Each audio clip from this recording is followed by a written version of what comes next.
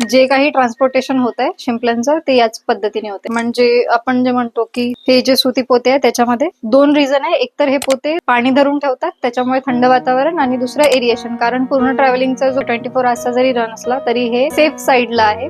Generally पाण्यामध्ये travelling मध्ये शिंपले पाठवत नाही. फिश ट्रान्सपोर्ट करतात तसं हे करत नाही, कारण जितके झटके बसणार तितकं हे स्ट्रेस कंडिशनला जातात. याच्यावरची घाण ही हातालाच कळते. बघाशी जे म्हणत होती ना, नदीतनं शिंपले येतात ते वॉश आउट करावे लागतात, आणि वॉश केल्यानंतर मग त्याला एक आपण सस्टेन व्हायला तुमच्याकडल्या टँक मध्ये ठेवतो का. ही जी सगळी घाण आहे ही सगळ्यात पहिले आपल्याला वॉशिंग द्यावी लागते.